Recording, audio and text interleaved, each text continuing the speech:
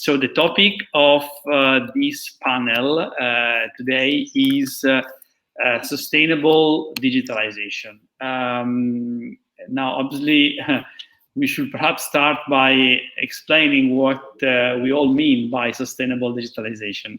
Indeed, as you know, the term sustainability is often associated with the environment, but it has probably a more far-reaching significance in the domains of economy and society as well. And in connection with digitalization, sustainability can be associated with the progressive transition of different industries to a green and digital economy that benefits the community in general, especially by creating innovation and creating jobs, sharing a little bit the benefits, and indeed by protecting our planet, our environment. So to further illustrate what is meant, at least what the European Digital SME Alliance meant with its own concept of sustainable digitalization, let me contrast this concept with its opposite, something like an unsustainable digitalization. And when we think about companies undergoing a digitalization, imagine like a traditional brick and mortar business, an SME, which receives COVID-19 liquidity from the government and to support the digitalization, and they only limit themselves perhaps to acquiring a subscription on Zoom, so to start doing video conferences, or they just create, I don't know, a business account on Facebook or on Amazon. And this will stop, okay? This will be the only digitalization they do. Clearly, this company has, transformed itself from a non-digital company to a minimally skilled end user of some other digital services, some platforms. But this is a very short-term approach, and it does not lead to any real transformation in the business, nor to much, greener effects. So, of course, if we translate this to a European level, an unsustainable short-term approach of digitalization would mean that the continent continues to lag behind in the digital race. Okay, so that's why we have coined this term, sustainable digitalization, which refers to a process of digitalizing the economy in a long-lasting, greener, and organic way. So, sustainable digitalization enables Europe twin transition for a green and digital economy by building on its strengths, especially building on innovative small and medium enterprises, SME systems. Instead of a short-term investment, sustainable digitalization leads to companies acquiring digital skills, providing quality jobs, and developing eco-friendly digital business models. So the twin transitions, which the Commission has proposed, are now at the center of the so-called recovery and resilience plans. The agreement that has been reached by Europe's member states, and which specifies that at least 37% of the funding of these national plans should go to green investments and 20% to digitalization, to ICT. So that's a very important decision. So, the institutions and the private sectors are now supporting these twin transitions through various initiatives. And obviously not all of them perhaps are so sustainable. So we wanna look into this concept a little bit more today. So during the panel, we have invited speakers from different backgrounds to present their own initiatives and to discuss with us what we mean under the banner sustainable digitalization. So perhaps to start with, we could initiate with Caro Inoue. Caro is representing here as a deputy CEO, as director, not deputy CTO, as director of the Brussels office of the Global Enabling Sustainability Initiative called JESI, which is responsible for the management of the operations for the organization. And JESI is an international organization with the goal of achieving integrated social and environmentally sustainability through ICT. So it's really a leading organization in this conversation. I see that Ilias joined. Welcome, Ilias, to be with us. Anyway, Carol, maybe you can start giving your perspective on this sustainable digitalization, giving us a little bit of an overview of what JESI is doing. You've launched an initiative called Digital with a Purpose, which is really showing what digital can do if it has a societal or sustainability purpose. You're muted. Perhaps first try to unmute yourself. Yes, excellent. Perfect. We can hear you. Great. So thank you for inviting me, and I'm really happy to be here and along with the other panelists. Yes, so Jesse, we had launched this report in 2019 along with Deloitte, and we published this report called Digital with Purpose. And we found that specific digital technologies indeed can have a transformational effect on achieving the UN Sustainable Development Goals, as well as holding back on global temperatures. So we were really keen to keep the momentum and follow up on the findings from our 500-page report.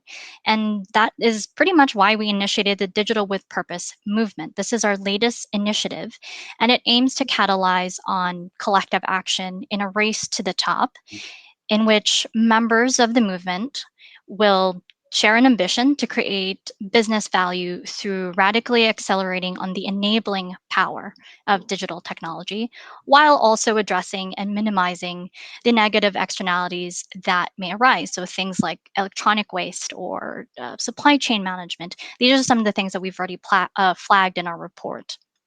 So just delving into the Digital with Purpose ambition, we really want our members of the movement to sign the Digital with Purpose pledge. Now, the pledge is a public declaration in which the company adheres to what we call the 4 universal commitments. And I'm just going to go through them really quickly. The first is we want our members to commit to supporting the Sustainable Development Goals and make sure that they establish practical and measurable steps to become a purpose-led business. The second thing is we want our members to take action on climate change, which is in line with the Paris Agreement. And third is embrace the principles of impact transparency by reporting to what we call our Digital with Purpose assessment framework. And then finally, we want our members to develop and deploy digital technologies that have a positive impact. So with that in mind, our movement is enshrined around the Digital with Purpose framework, and it comprises of a set of metrics. And it is designed with the ambition of achieving transformative change while also increasing business value. So really to look at the governance side of things and to further understand how multi-sectoral this movement really is, we have our Digital with Purpose Performance Framework Coordination Board. And this has been established to have oversight of the evaluation criteria of our framework. So in terms of the actors, we have the Cambridge Institute for Sustainability Leadership as our chair. And as board members, we have Be Shaping the Future, Capitals Coalition, Circularity Capital, CDP, Columbia University, Enel Foundation, World Benchmarking Alliance, and we have 2 Jesse board members, AT&T and Deutsche Telekom. So as you can see, it's a broad range of actors, private, public, international organizations that are involved. So the movement is funded by Jesse and its member organizations, and then it's governed by the DWP board, the Jesse board, and Etno. And we also have support from Deloitte in the strategy and operations of our movement. And then for the branding and communications, we have Ridley Scott Productions, which is a partner and member of our movement. And in terms of data and reporting, we also have Arabesque. So this is really a global, multi-sectoral, interdisciplinary movement that we have. And ultimately, our objective is to encourage, not to critique, companies. So we want to deepen the commitments of companies and members of this movement, as we really do believe that it can unlock opportunities to access what our research identifies as a 2.1 trillion US dollar market for low carbon digital solutions. So that's just a little bit of a taste of what Jesse has been up to for the past little over a year, really. Thank you, Caro. Perhaps after your introduction, what the private sector is trying to do, at least JESI and its members, I'd like to turn to the public sector, especially to the European Commission, and welcome Ilias Iacovidis with us. Perhaps Ilias is a special advisor for societal challenges and the green and digital transition at the European Commission. So he's really in a good place to illustrate a little bit what is the public perspective, to collaborate with the private sector. And perhaps Ilias could also give us a little bit of the policy or the political framework of this, what is happening with this, with the national recovery plans. Where is the spending going? Are the member states really understanding what is meant with the twin transitions? What did the Commission mean with this digital and green transitions? Are they understanding that ICT has an enabling power to achieve the green transition, or are they treating the two things as two separate initiatives? Ilias, I know you have a lot to say, but please try to stay within a few minutes so that we can continue the conversation also with the others. First, unmute yourself.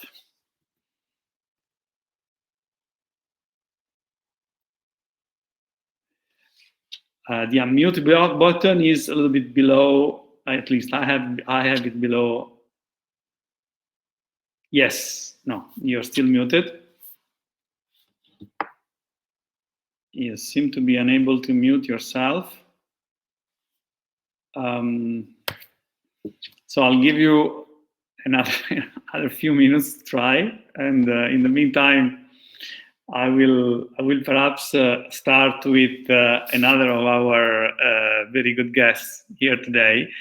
I'll go and try to hear the point of view of organizations working really in the region, not only Romania, not only Cluj, but southeastern European countries. In particular, I'm referring to Olga Kyryliuk, who's chairwoman of the executive committee of the Southeastern European Dialogue on Internet Governance, CID, which is, an open and inclusive informal space for dialogue and cooperation on the internet and digital policies among the stakeholders of the countries in the region. So Olga, perhaps you could try to give us your perspective of what is sustainable digitalizations and what are the opportunities, especially for the companies in the region that you represent. Okay, sure. Thank you, Sebastiano. I hope the sound works well. Yes, we can hear you well. You never know with these platforms. I strongly believe that when we talk about sustainable digitalization, there are many dimensions that we can approach and also many different perspectives, as we can see from all the speakers who are presenting today, a bit different perspectives of this complex issue. But I also believe that, like any societal transformation, sustainable digitalization can present both an opportunity and a challenge for the SMEs, both in the region and also globally. Because to survive in this highly competitive environment, the SMEs need to be agile and to constantly innovate. And this is exactly what you said. When you are trying to innovate, it is not only about introducing new technologies into your business and using some new platforms, but also in a way trying to think about the added value for the other stakeholders and for the environment overall, so that you can create some feasible benefits for others, and then you are actually becoming sustainable in this digital world. It might though seem that there is nothing surprising when we are trying to twin green and digital transformation, but to be honest, it is indeed a huge leap to a totally new quality of our living and business environment. So the SMEs in the Southeastern Europe, they have a huge potential to become actually the enablers of the transformations and including the green transformations, and they have the potential to make the economy of our countries more sustainable.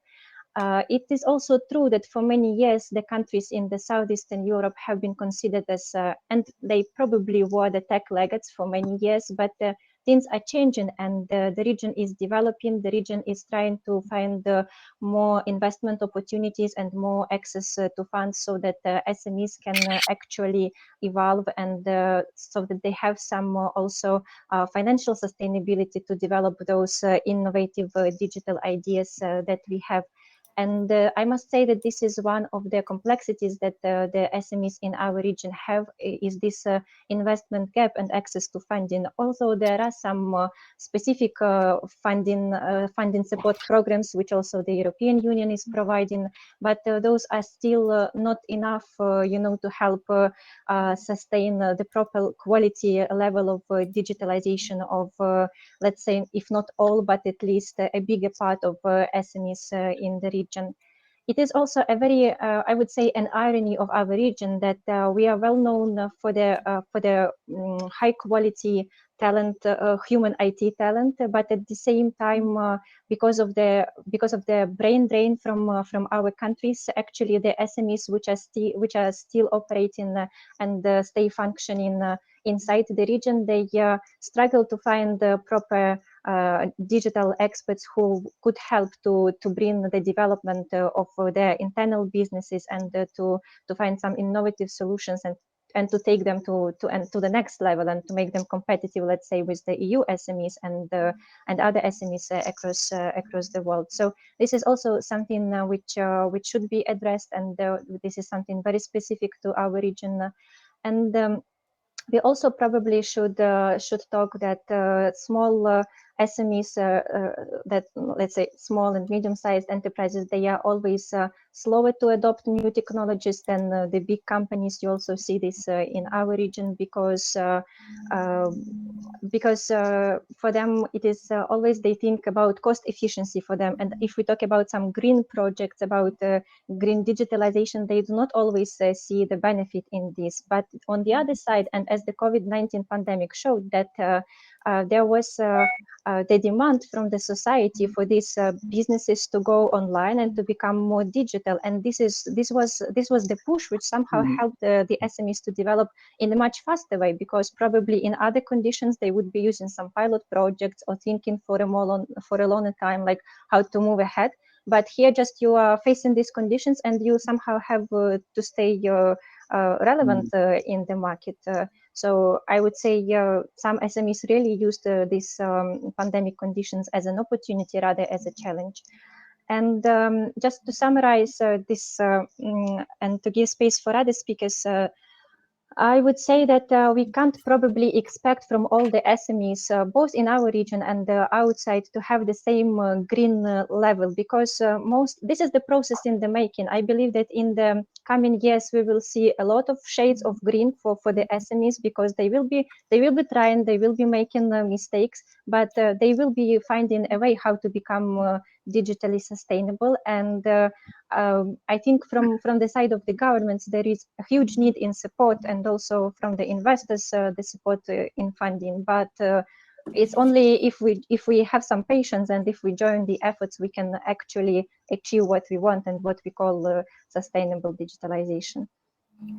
Thank you, Olga. I think it's interesting to hear first the perspective of the global initiatives, the multinational corporations, let me say, that have already a strong vision towards sustainability compared to the perspective of the more local SMEs that you have in the region, that are instead have a little bit perhaps of a less long-term vision in this respect. And that's where probably government and institutions come in and need to, provide support and give a little bit of direction to the economy. And that's a good way to introduce Elias Iacovidis, who now I see you are unmuted. So perhaps to tell us a little bit this recovery and the resilience plans, especially the national ones, are they going to be the answer to the issues that Olga raised? And what do we mean with these green transitions? Is it understood, or is it to be better explained to the national authorities? Elias. Sebastiano, thank you. Can you hear me now? Yes, very good. Very good. So very much thanks for inviting me to be part of this. I couldn't agree more with what Olga said, and I know very well what Kaoru is doing. But let us look at the bigger picture, but I will still want to come back and see what SMEs need and what I can learn from today that I can bring back to my kitchen here with my colleagues. Green and digital are on separate pathways for a long time now. So there is a green agenda that is there for decades, and we know how it goes.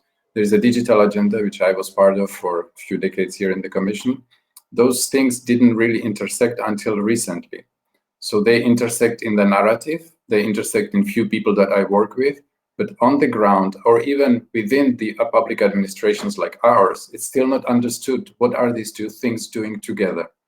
So when you ask people what is green and what is digital, they either think about what is the data center, how bad it is, should we, watch what we're doing with our mobiles, or what is the footprint of digital. So people think of the negative side because that's mostly what you see in the media. The streaming is worse than aviation, or we are creating e-waste bigger than anybody in the world. So, and that's especially true. Europe has the biggest e-waste per capita. So that sells because media likes this type of horror stories, how bad we are and how we taking that we are basically making the climate change worse. Yeah, Bitcoin is awful, they say. Bitcoin is like Italy and Denmark together as a country, energy, So there is this selling part because that grabs attention. It's good for journalism to show how bad digitalization is. Then you have the kind of the social solutionists, and that's mostly from the industrial circles. Without digital, there is no way that Green Deal can succeed. Climate neutrality means that you will digitize everything, will virtualize everything, throw 5G at everything, put cloud services on everything, buy more gadgets, and you will see it will self-organize in a sustainable way. And you have this type of two communities. Those two communities have, it's like a opinion war. So you have the environmentalists that I work with very closely, and I understand them. They say, digital, for us, it's pollution. And I say, why? Because digital is just to put data in my database so I can display and I can visualize the pollution of the air, or it's data that is sitting somewhere that I can simulate the climate of the earth. So it's kind of data for me to understand things. So why do we need all these gadgets? That must be pollution more than anything, because they understand. Environmental sector understands digital as data to understand my problem. They don't understand it as tools to act on a problem. And that's where the innovation from SMEs has to come, because there is so much we can do that can actually contribute positively. Now, I'm trying to come in. I brought the community together in so-called European Green Digital Coalition, where a lot of SMEs are interested and already signed up to it, where we will come with a science-based method to understand exactly what is the footprint of digital. So for example, we will say precision farming, and maybe that's something that some of you are interested in. Precision farming is what? Well, it's satellite imaging service, 5G connectivity, so many GPSs on so many tractors, so many drones, so many IoT connected devices, sensors in the soil, on the plant. You can exactly calculate what is the footprint of this solution. So you say, footprint of this is X. And then we say, okay, we put it in motion.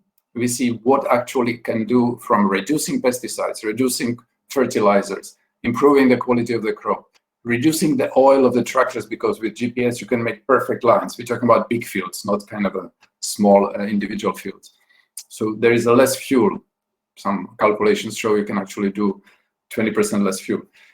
So this is the enablement. Let's take the enablement, subtract the footprint. Are we positive or are we negative? So we do it with the scientific methods. There are indications that if we do it correctly and avoid rebound effects, that we can be very positive. There is a positive way to impact digitalization, but it needs a collective, big companies, small companies, providing solutions together as a service. Because what we don't want in agriculture is to make farmers to buy all the gadgets. We want to provide them with a service where we have the IT with us, with the drones and the satellites and AI on our laptop, and we provide the service to farmers saying, now you should do that, then you could do that. And of course, make sure that we share the data with them. So then you can provide service. It's better for the soil, healthier, less pesticides, less fertilizers, healthier for the plant, healthier for the food, good business model that makes sense. So what we need to do in the bottom line is with digital, we have to make sure that sustainability is a profitable business and it's more competitive than alternatives. Easily said, hard to done, because at the moment, green is always thought as more expensive, harder to do. The usual, it's cheaper and it's not good for the planet, but it's how much money I have. This is the only thing I can buy. Because electric cars are more expensive. Green energy for my house is I have to pay premium. Green food and bio food is more expensive. So the green in our mind is more expensive. Digitalization means data, situational awareness, and creating from product services means that you can make sustainable things cheaper. That's the ultimate thing. Otherwise, we'll never get there to sustainability. If we don't make sustainability profitable business that is more competitive than alternatives, we will be 20 years from now talking, we missed this and we thought this, and let's make 2070 targets, okay? Yeah. And we just go again and again, because we said that in Rio in 1990. 2010, we will be great. No, 2010 said, we are not great. Let's make it 2030. Well, now we understand 2030 will not be great. Let's make it 2050. And 2050, we will be talking about 2070. Unless we use digital to change our business and make it cheaper to be sustainable. Now, that means that you as a company, you have to understand what is the opportunity of a new business model. Because what is happening is the following. Consumers want to be greener, but they don't know, they have no clue how to do it. They want to be greener, and we will make sure as a commission that they are not fooled anymore. So the greenwashing era is over. We will come up with the legislation that says you can only say that you're green if this is the method that you prove it. And then we have, like Kaoru said, new schemes that we will apply to private sectors that you as a company cannot say, I am great, I'm sustainable, unless you go through some hard assessment methods that Kaoru explained. So we have to make sure that we provide people with response ability to what they want to be as green. They have to have a response to their lifestyle choice that they made. That means we have to give them good numbers behind the products they sell. We have to give them services that are proven with the data that they are better than alternatives. And for that, we need SMEs innovation, because it cannot be business as usual. It cannot be business as usual. And that's kind of the hard part. Now, when I look at what member states are asking for, because we will spend 700 billion, and Sebastiana asked for it, so I'll tell you what's happening. We said, we, Europe, we come and we help you member states, and we give you 17, we go to the markets as European Union, we borrow money, and we give it to you to go quickly post-COVID in a green pathway. You have to spend 20% of the 700 billion on digital. Fine, that's easy, but I know what to do. I will put 5G, cloud service, this and that. It's the usual, more digital. And you have to spend 37, so twice as much on green. Oops. When I read that, who is writing the green plans? Ministry of Environment, Ministry of Agriculture, Ministry of Forestry, whatever, Ministry of Transport. Zero digital. There is not. They don't understand what to do with digital, so they do the usual things. N+1 improvement on understanding my problem, so I can understand the quality of the earth and the air and the water. And the digital is there only for data analytics. They have no clue how to apply precision farming solution, how to apply connected mobility solution in the smart city, how to apply waste management, automatic or robotic treatment, because they don't understand. Those two communities were for decades apart. They have not yet collaborated. And that's the purpose of what we're trying to do in Green Digital Coalition. We will take the Bayers, the Volkswagens, the Suez of today, of your world, and we bring them with, the Atos and Dassault and the IBMs and the Microsofts and Googles together, and to say, look, we do a joint solution, and it'll be the sectors that will sell this solution to their ministry, saying this is good for me transport, it's good me for smart meter, smart energy network or precision farming. So it'll be the farmers asking for it, not Microsoft asking the ministry to put that solution in place. That's kind of the difference in selling and making sure that it actually brings any benefits as digitalization. Otherwise, it's just digitalization as usual, throw at it digitalization, and we hope that something happens. It cannot be like that. Yeah, Elias, if I hear what you're saying, and if I go back to your example of the farmers in agriculture, what for us is, perhaps interpreting what you're saying, what for us is sustainable is to make sure that these guys are not just using the gadgets, and by using the gadgets, they essentially lose entirely the control of their data, and they lose their business in a way. It's like the example I gave of a company that thinks they are digital because they have a Facebook business account. They send email instead of paper, so that's not digitalization. Yeah, but there's another step, because what we want to make sure is that the agricultural company becomes, in the longer term, becomes a real digital company, not just a user of a platform that will take their data and will sooner or later start competing with them, taking the value as Booking.com does with the hotels. They take big commissions, exactly. and it's a lock-in effect in a way, as we had in the time. Yes. So on one hand, you want a company that makes money selling materials, pesticides. Can you make that company digital company to make search? That's step number one. Step number two is how to avoid that this company becomes the dominant platform in agriculture that puts hostage everybody. So it becomes the GAFAs of the agriculture world. And for that we have what we call the Digital Services Act and Digital Market Act to make sure that there is a fair distribution of a data ownership, so that there's a data portability, so the farmer can choose tomorrow, because he owns the data, another company. Otherwise he is hostage and he cannot go anywhere. So that is the problem that we know of. That is the problem of avoiding these platforms to become platforms of agriculture, transport, energy, and others. And they kind of erase everybody else if they become the dominant players. So it's not anymore the usual sector says, and it'll be another type of digital platforms. And we already know that, and we're already working on that to make sure that this doesn't happen. It's good to hear that. If I read what our friend Owen Costello in the audience wrote, I think we are putting here two issues. One is the fact that, first of all, small businesses, they have to change their business model. And on the other hand, they need to pay attention to what big platforms are going to do, because these guys are going to take over the business, the bites. Yes. The value That's why they see. Don't disassociate whatever it's under the umbrella of green digital. It's also very much about platforms regulation and very much about ethical use of AI and other things. So they're all interconnected. It's not separate discussions. Absolutely. So the DSA, DMA, green digital, sustainable digital, they are all interrelated.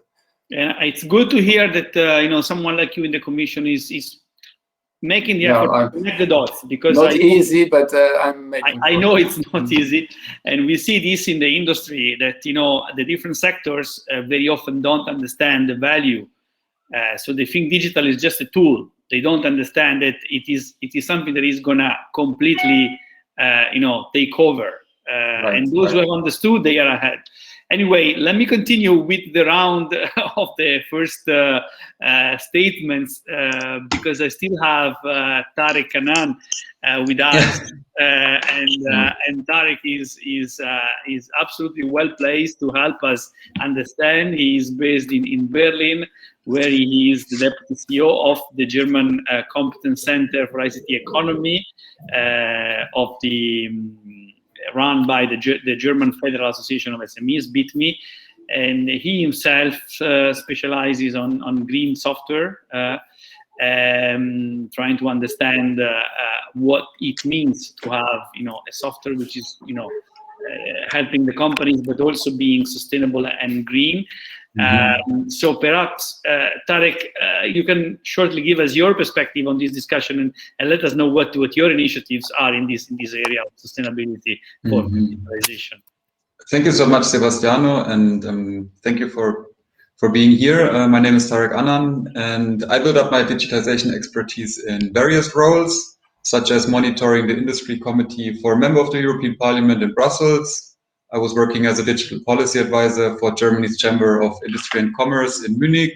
And nowadays I'm leading a government project for the German Association of IT SMEs, BITME e.V., and helping to set up the Sustainability Working Group as part of the SME 4.0 initiative of the Federal Ministry of Economics. And we are also very happy to be part of the European Digital SME Alliance. And our goals are to provide information when it comes to sustainability to our members. We represent over 2,000 small and medium-sized IT enterprises in Germany. We represent their interests in the political Berlin and Brussels, but we also give them certificates such as software hosted made in Germany, and also networking in a nationally, European and global level.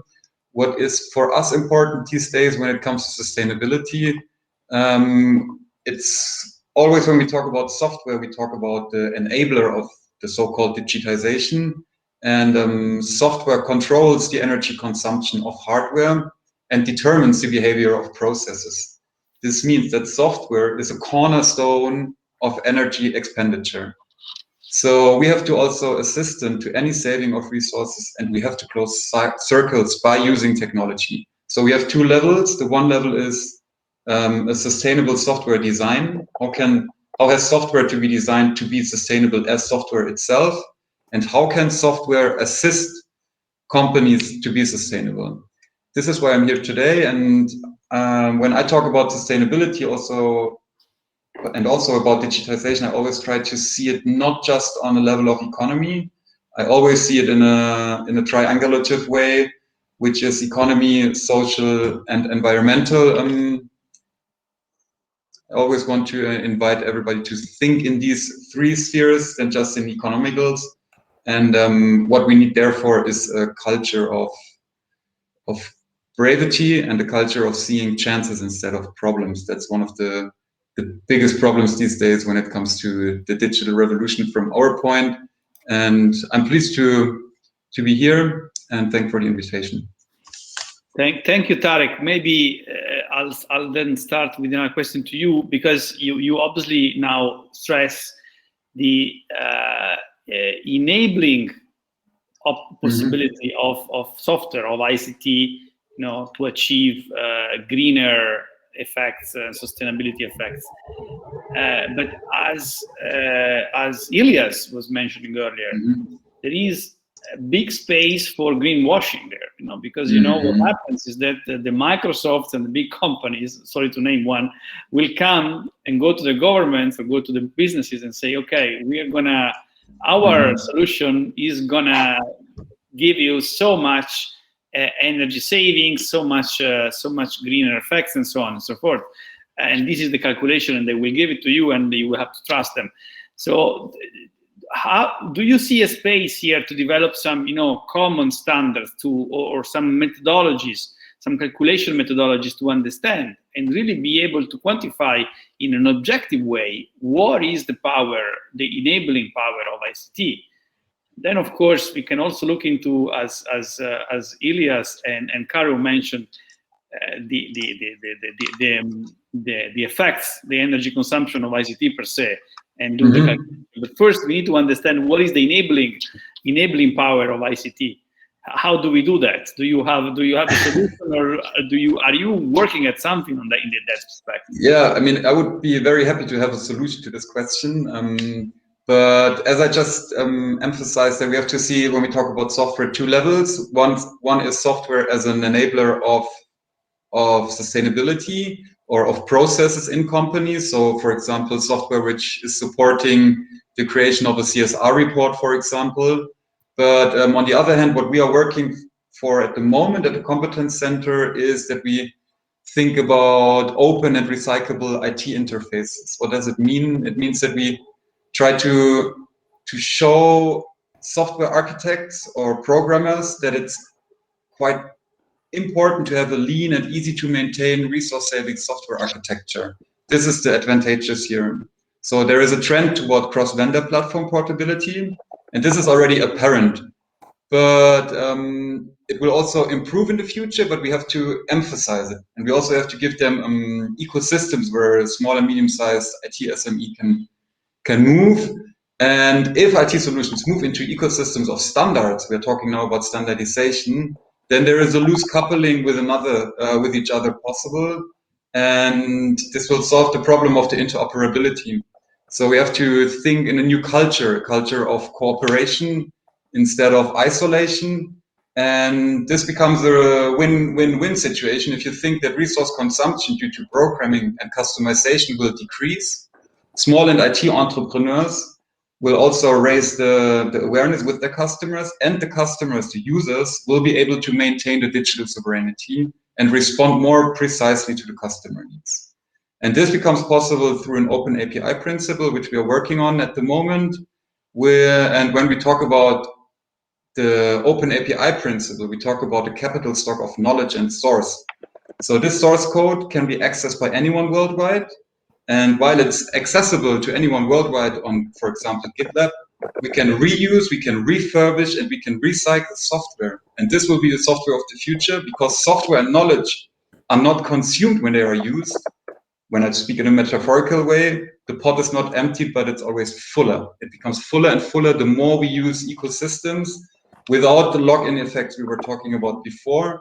And this is for us pure digital sustainability and also democratization of data.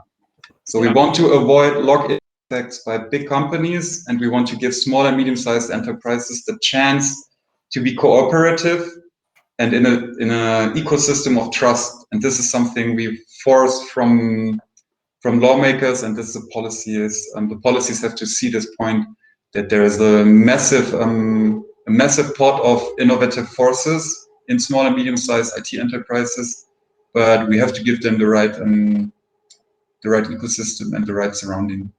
Tarek, thank you for that. Maybe you can also, because you are developing a little bit on these topics, maybe you can also help us answer the question that was put in the chat by Florian, who was asking for short-term incentives for green ICT solutions. And what do you see? I mean, as I see that Ilias, first of all, is trying to say you don't need incentives because the market is the incentive. What is your take on that? I mean, do you see, at least in Germany, in the market you know better, is there already a strong incentive for companies to offer these solutions and for the users to buy these green ICT solutions, so to say, or the market is not there yet?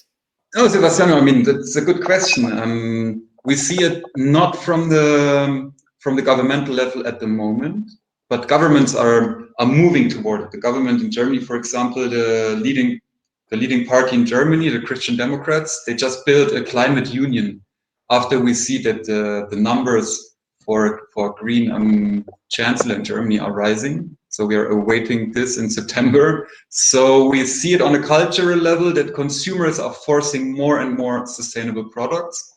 But since software is a very complex and not touchable, it's not a physical product. So consumers don't go to a bio company or to a sustainable company and buy their sustainable apple. This is quite hard, but we see it, for example, when WhatsApp is actualizing their conditions. We see that people move away from these data crawl companies. And this is something very, very interesting, that people get more and more sensitive for the savings and the crawlings of their own data. So I see it in my surrounding. Maybe I'm a bit also maybe some people here can help me to see it. I see it in my personal surrounding, that people get more and more sensitive when it comes to sustainable software, and also lean software savings by using software. Yeah, from politics, we will see what will come. We are in a very interesting time these days. Some people call it the Great Reset, and this is driven by sustainability and digitization. Yeah, Elias, I'm looking forward. It will be exactly as you know it. You will be in 1 month, when we are post-COVID, in the same traffic jam that you were before. Sorry to say, but things will not change just because we call it post-COVID era. Yeah. As I just heard people talk it like this, and of course there will be traffic jams. On the other hand, I know that Olga, you probably have also some good examples of companies, initiatives from the private sector in the region that are looking at, sustainability and greener efficiencies, and maybe you wanna give us some inspiration also to the audience to see that something is happening in this respect. Yeah, sure, with great pleasure. And it's because CIDIG is covering 20 countries in the region, which is starting from Western Balkans, then going Turkey, Georgia, then up to Armenia and Azerbaijan. I was thinking to give a few examples of these different countries geographically distributed, so that to show that some things, not that much, but some things are happening in some of our countries in the region. And I really found interesting an example of Turkey, which is both green and digital, which is a very inspiring. And this is I'm talking about Turkey Materials Marketplace. It is, by the way, a cloud-based marketplace platform, and I must say that generally cloud computing solutions are not that much used in the region for many different reasons, but the implementation rate differs in the SME sector from, let's say, 9% in some countries only up to the maximum I saw in some countries was around 40 something percent, which is, let's say, not that much. So coming back to the example of Turkey, they have created this cloud-based platform, which is aimed to improve the countrywide resource efficiency and also increase their material productivity. So basically, they applied the concept of circular economy, and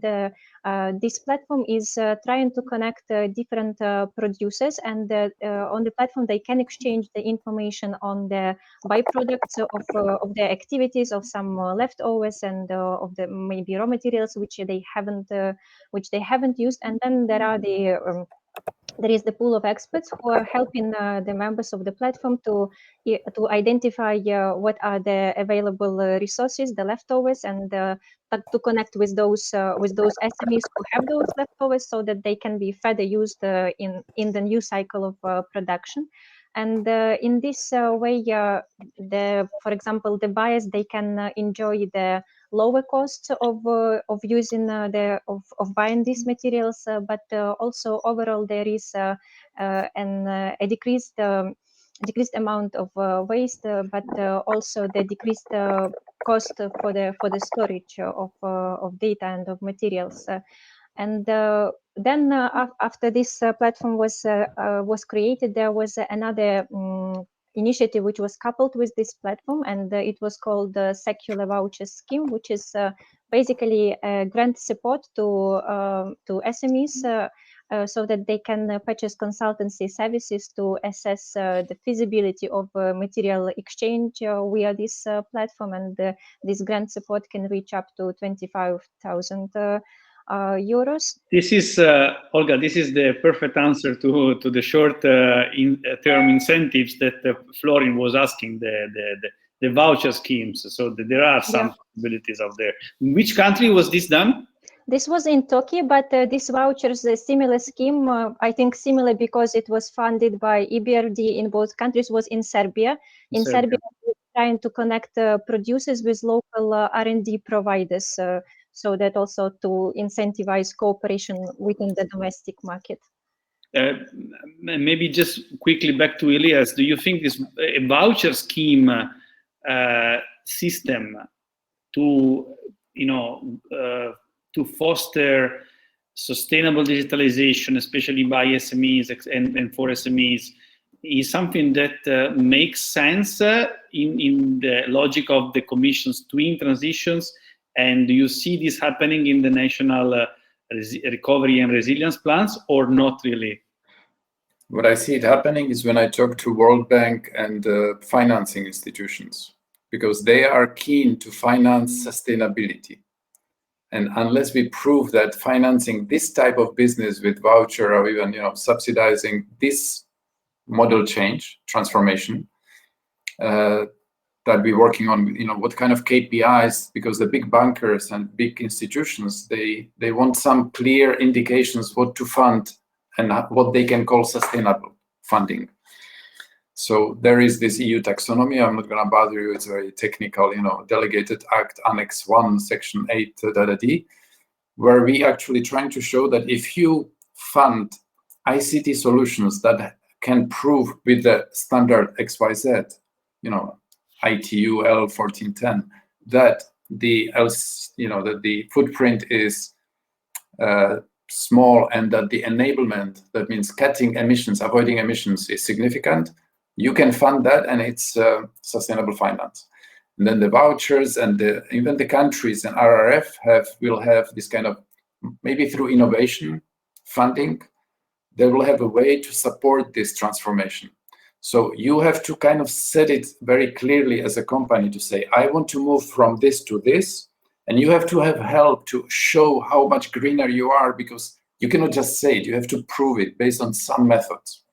So based on the method XYZ counting my emissions, because I give up my equipment and I virtualize my service on the cloud, that's a huge savings from green.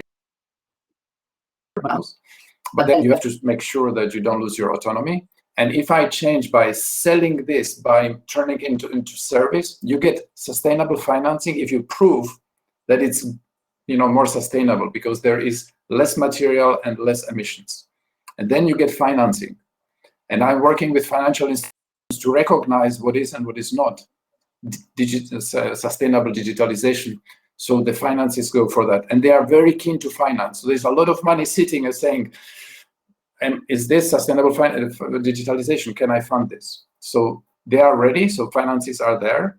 We just need to kind of prove to them, or we have to secure that this is okay. And they don't have yet these final KPIs and standards like they had in before.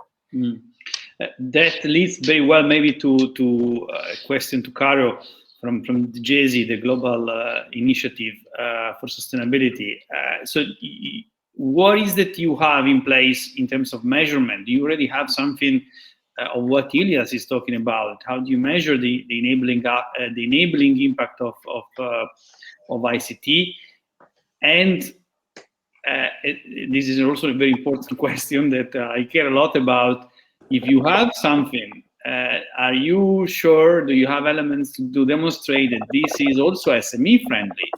Or do we have schemes which are only usable by the very large companies because they're very expensive to implement and to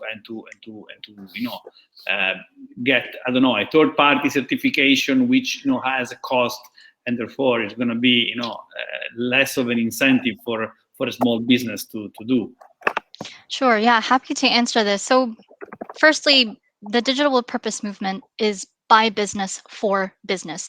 And so we have worked with our experts and external stakeholders to ensure that our framework's metrics are not only ambitious, but also accessible to organizations of many shapes and sizes. So the straight answer is, if you are a business that is willing to join us on this journey, and you want to work towards meeting those 4 universal commitments that I mentioned, then you're eligible. So in our framework, we have 3 main buckets. The first is purpose, and these are metrics that cover a company's commitment to becoming what we call a purpose-led business, and really making sure that whatever it is that they're doing, they're meeting the desired impact towards the Sustainable Development Goals. And the second one is the digitally enabled solution. So these are metrics that are framed by the SDGs, and they reflect how a company contributes to innovative digital solutions, whether that's through its products or services, or even just through its core business practices.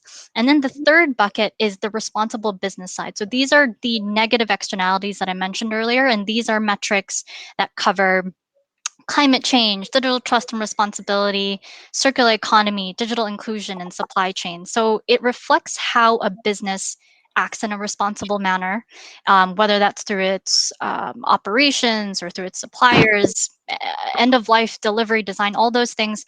That's really what the responsible business side looks at. So to answer your second question, our aim has been to ensure that in any context, these elements that I mentioned, these buckets, have to be included, although adapted to small and medium enterprises. We want to make that a reality.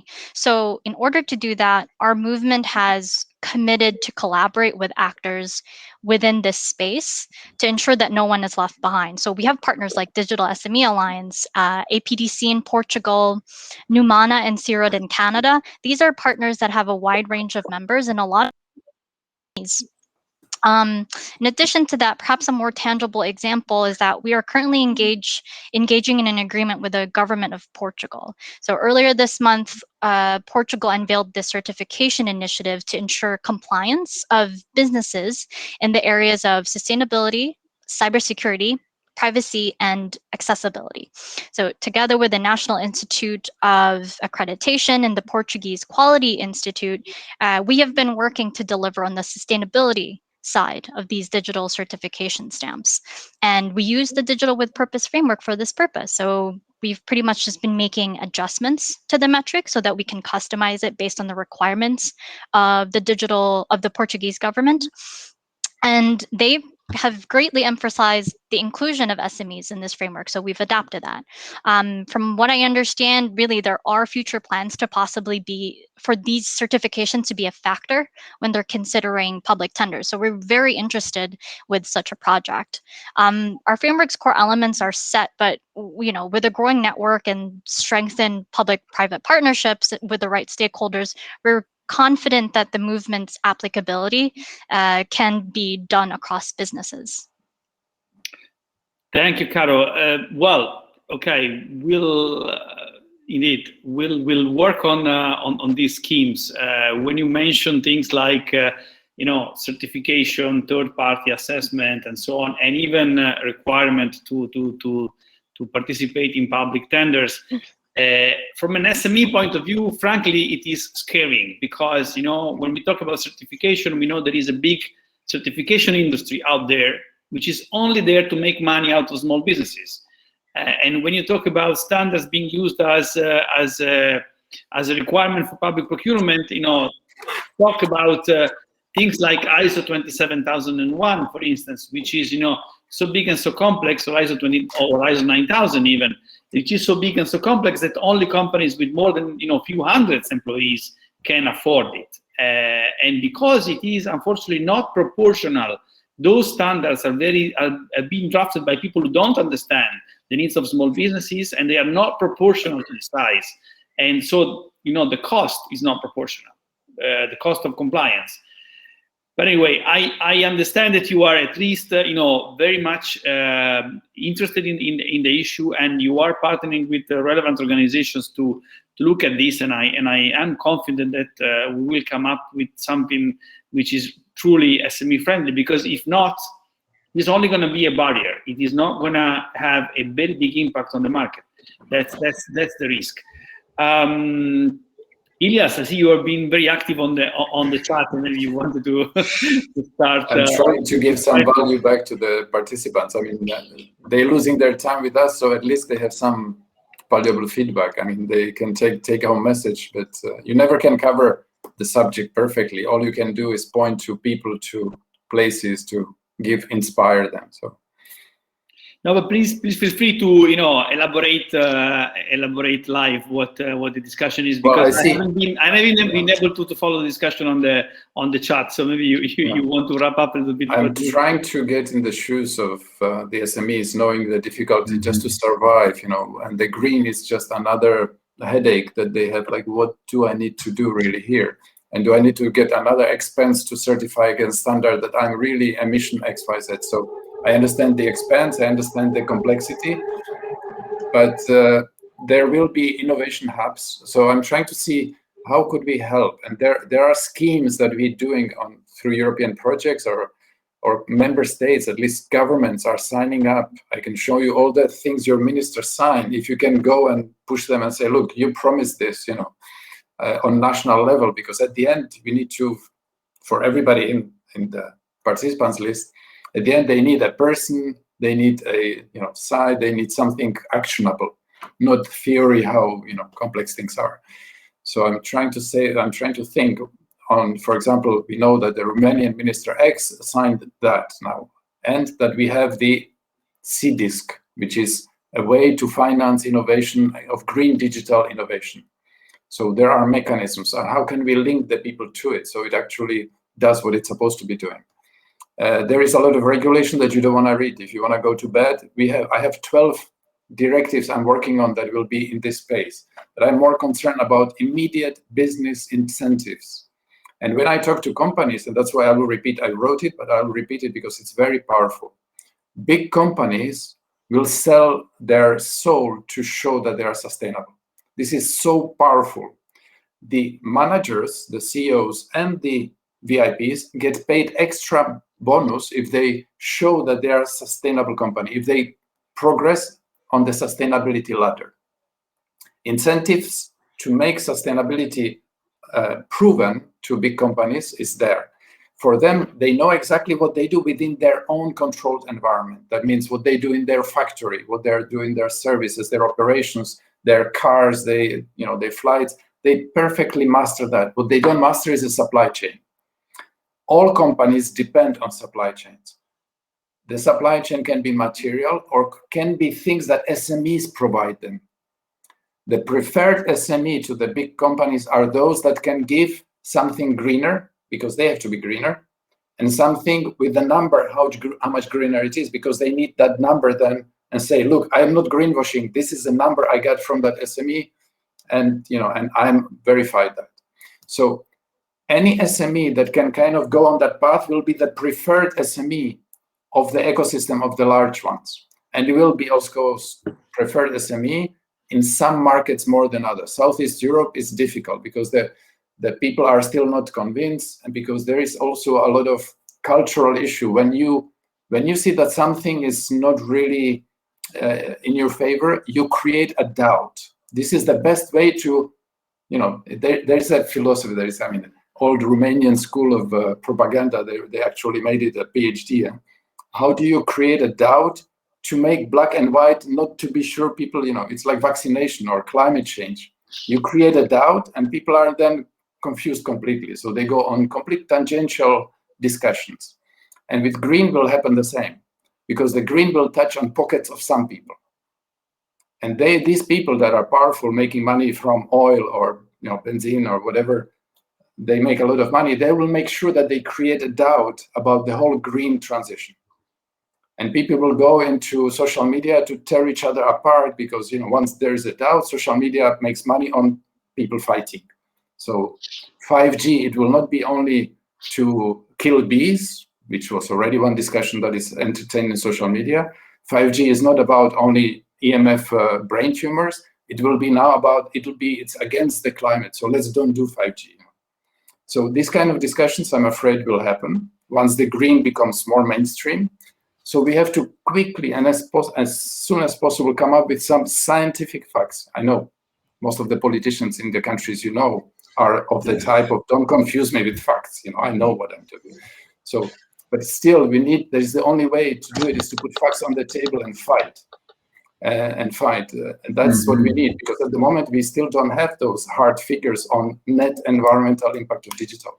So we can be really quickly dismissed by the religion war. That's very powerful. Thank you, Ilyas.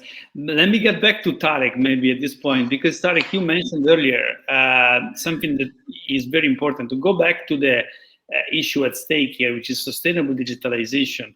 You mentioned that you always try to convince people that it's not just a matter of looking at economy, but you need to look at societal and environmental effects as well. Mhm. And so, what is that your association and your initiatives are doing to convince the German policymakers and the public in general, perhaps, that we should start thinking a little bit more broadly, into into the sustainability agenda.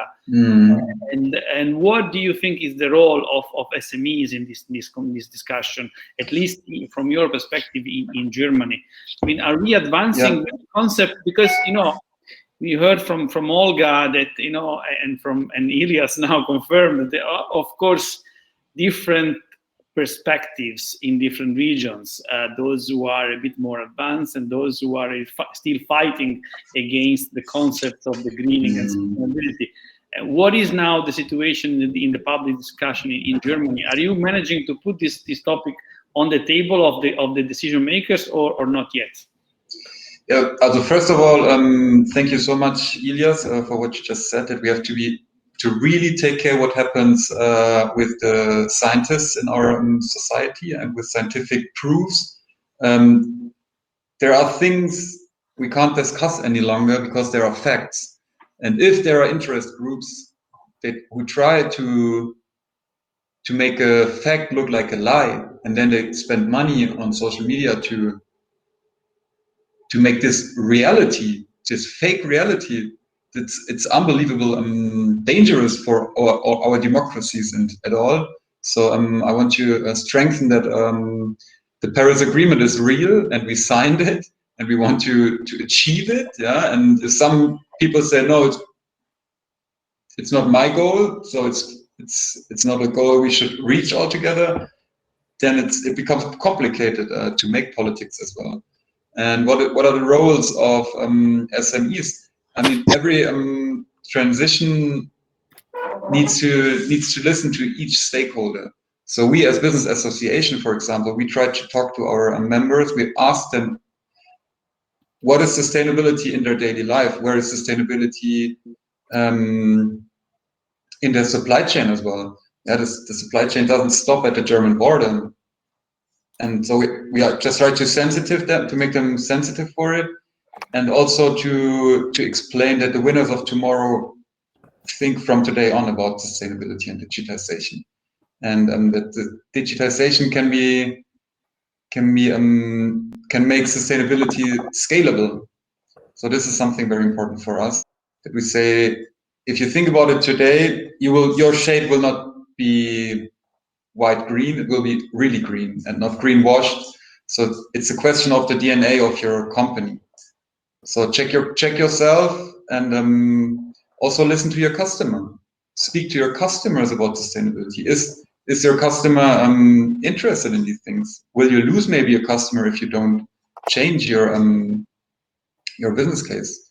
These are questions we ask our SMEs, but as you just said, SMEs they don't have a special part or a special officer for sustainability in their company. It's the CEO, and he's taking every decision. So how can you ask a CEO on top to think about sustainability when the weather is nice and there is no water in front of my balcony? I mean, not this kind of water. We are talking about a nice view. It's the water which is floating your home. So people have to be aware of the facts, and I think this is something very important. And we try to offer these facts to our SMEs, but the decision is at the SME side, and we as an association try to help to make this to raise awareness for these issues. This is what we think we should do, yeah, and stay with the facts. I like very much what Ilias wrote in the chart, that sustainability has 3 dimensions, environmental, societal, and economic. And it would be good, Ilias, if you could write this down as something to be respected in the national recovery and resilience plans, that, the money spent on digitalization should, have these 3 dimensions: environmental, societal, and economic, because there is a connection among all of these things, and there is the right way to do things and the wrong way. And you made the example earlier of the GAFAM, and now trying to be regulated through the DMA, the Digital Markets Act, and so on and so forth. So we know that there is a wrong way to do digitalization, which has some benefits, but creates also a lot of unfairness. Mm-hmm. But I don't know if there is a way to make sure that the money is spent in the right direction. Sorry, go ahead.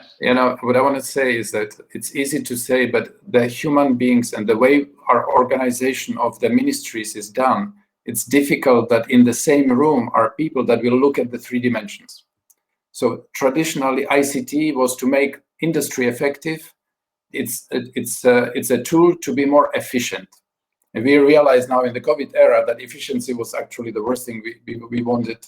Actual efficiency and of the supply chains, really we paid the price of this efficiency. So normally ICT is there to make economy run better.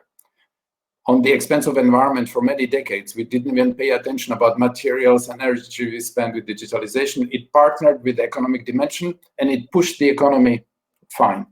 About a couple of decades ago, we woke up and we said, digital divide, skills, people, platform workers. And we woke up to the social issues and we started working, the social issues of all the people working digital, with digital, for digital. And we kind of built in some rules about digital dimension. A couple of years ago, we woke up, environmental dimension. And now some people stretching it saying, stop internet, switch off internet, turn off everything because we're going to hell. So they're trying to push the environmental dimension on the expense of social because they forget social. Let's pull on environmental axis. And that's always done in a room with that constitution, the social, not socialist, but social dimension, the economic. And those are 3 separate discussions that the only place where they can come together is the ministerial table in front of a prime minister. When you talk about governments, okay? That discussion is difficult to have because there are dominant players in the ministerial table. If you just look at, if there is ever in the evening news a picture of a ministerial table, it's always the same in every country in Europe. Prime Minister, the ministers that make money for the government, and then on the corners of the sides, if it's oval, it's the ends of the oval, the people, the beggars of the ministry, the education, healthcare, environment, please give us some money when you have something to spare, because they are the beggars, they are not the policy driven. Although healthcare has the biggest employment, 10% of people are working for healthcare, they should be the driving ministry. Environment and natural resource is the most, that's basically the richness of that country. Instead of them being in the driving seat saying, look, let's put social, environmental all together because that's our riches that we cannot sell. That's not happening. So unless that's happening, these discussions will be theoretical discussions. Because digitalization, if you think about it as a mathematician, there are 3 dimensions. Digitalization come in and should pull on all 3 dimensions separately. It cannot pull on one dimension and reduce the benefit units in the other dimensions. And that's what's happening now, because these discussions are separate discussions, because our institutions are separate institutions. Yeah. There is very few places, Prime Minister is only one, plus a couple others, where this discussion can be entertained jointly and say, okay, I want to make environmental impact, but I cannot do it on the expense of social issues, and I cannot do it on the expense of economic issues, because the Ministry of Economy is the last one to sign any decision. So if it goes against economy, forget environment, forget social issues. Do you understand? We are built like that. We are that's built the complexity that unfortunately is there in the decision making. Because it's now already 1:03, let us try to conclude. And I would like to have, to give every one of you the last minute or so for your last words. Try also to see if you can answer the latest questions that are on the chat, because we won't have time for all of them. If you have time for that, please try to. If you have some ideas, please try to shoot now. So let me start with Tarek. So how would you conclude this panel? What is your last or things you haven't been able to say? Your concluding remarks, so to say. I think that sustainable digitization fundamentally rests on 3 pillars. The first one is sustainable B2B digitization. The second one is that we need to use greener technologies to provide more circular economy, and we need an innovating, enabling policy and a regulatory framework. And the good news is that we have a large number of innovative SMEs in Europe that can accelerate this development through their green technologies. And if the European Commission wants to link the 2 megatrends of digitization and climate protection, it should look more closely at the potential of these SMEs. It should promote them and cooperate with them. And this is all I would say. Very good point, and I will subscribe it 100%. Olga, so what about you? I would agree with what Elias was saying about the need to change the mindset. Actually, we need to start thinking out of the box and find some innovative methods to cooperate with each other. Because, for example, there is a clear need for the more open and transparent communication between the governments and the SMEs, so that because the regulatory environment also plays a huge role in which the SMEs are operating. They need more regulatory incentives. They need more support and guidance with how they should comply with all those requirements which currently exist. But also the governments should be thinking in a way that they probably should focus first on these small players rather than on the big companies, so that they somehow provide an equal playing ground for all the companies, irrespective of their size and their geographic location. And there was also the question in the chat regarding how the customers can push the SMEs to be greener. And I think this is exactly by making the choice for a greener companies, by being ready to pay, let's say, a few extra euros, for example, for some service or for some goods, just because they show the greener choice. And then the others would, I believe, because this is the competitive market, the others would be forced somehow to catch up with them and also to show the same dedication to greener choices. Thank you, Olga. That's very SME friendly. Maybe we can go on with Caro. I've seen that you also were very active on the chat, and that you posted the website, which, let me repeat, digitalwithpurpose.org, where there is really a lot of interesting information, also concerning the participation of SMEs in the movement. So, Caro, what's your concluding statement here? We're really grateful for just having this platform where we can share the ambitious work that we have ahead. Our movement is ultimately a network of organizations and companies, large or small. We have our mission. We know that we all speak, at least for our side, our movement speaks the common language of the Sustainable Development Goals. And we're looking for more partners and participants across the board. So we're really hoping that, our participation here and all the things that we've heard, we're treating that as a call to arms. And this is ultimately a global movement. So we really hope that we've managed to attract some people to check out our page and look at what we're trying to do and join us, really. Thank you, Caro. Ilya, so the call to arms, what is the role of the Commission, maybe? Well, yeah, before, the Commission is just 1% of Europe. If you think about it, whatever Commission does with 1% of every country's gross national input. So although we talk a lot about Brussels, but at the end it's 1%, and 90% of that 1% goes directly back to the countries. So in a way, so we are more, if you think of a Commission, think about it as we have like 3 guns: legislation, funding, which is that still that 1% is several hundred billion a year, and soft power, bringing people together, negotiating on behalf of Europe. Because what we're talking about as Europe, it's not enough. We have to make sure that, I've talked to United Nations, World Trade Organization, to just talking to World Business Council. We need to make sure that the world follows. It's not us only, but that's not the discussion of today. So that's what Commission is about. But what I'd like to say is that we would like to the best power I have as a commission, what I've seen, is to bring a mayor from one country, give him a podium to say how good things he done in his city, and make his national government to understand him for the first time. I don't know if you understand me. Sometimes nobody is a prophet in his homeland.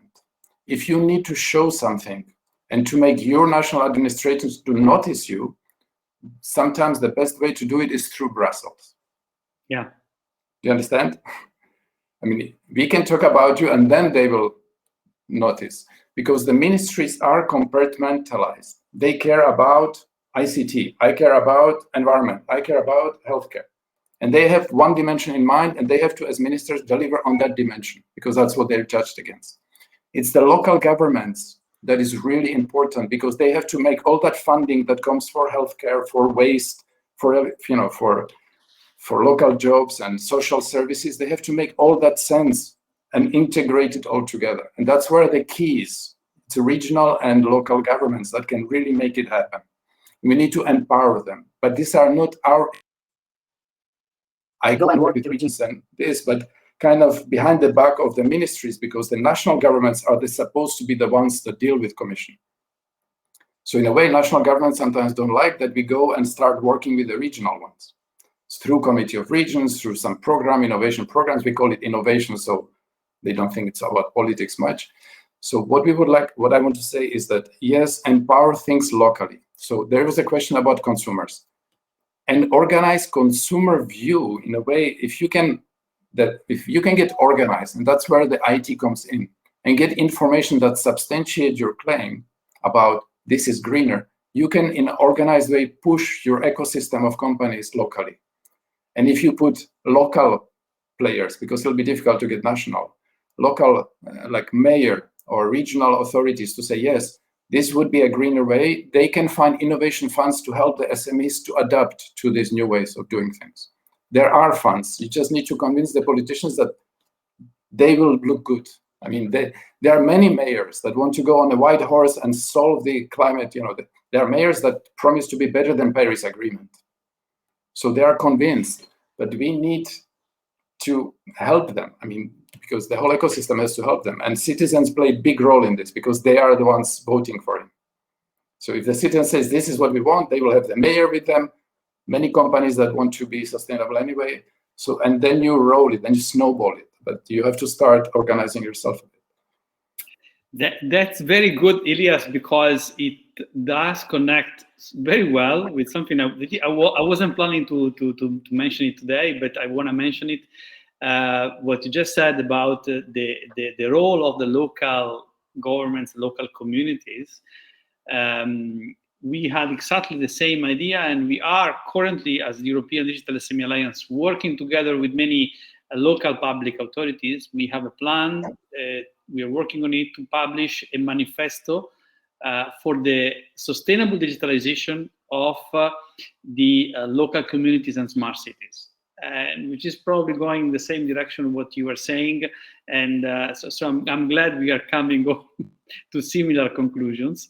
So with this, I would like to thank all of you, the speakers and the audience, to be with us today. Thank again Cluj IT Cluster, member of the European Digital SME Alliance, for being with us and for having this interesting conversation. And please continue, stay tuned with Cluj Innovation Days 2021, and looking forward to see you next year.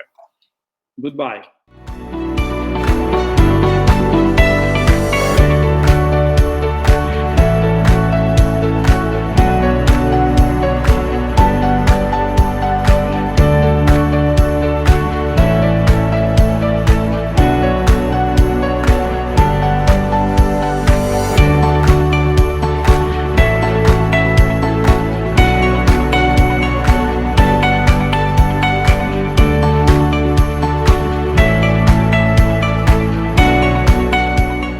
Innovation Days is part of the Future Skills lifelong learning program.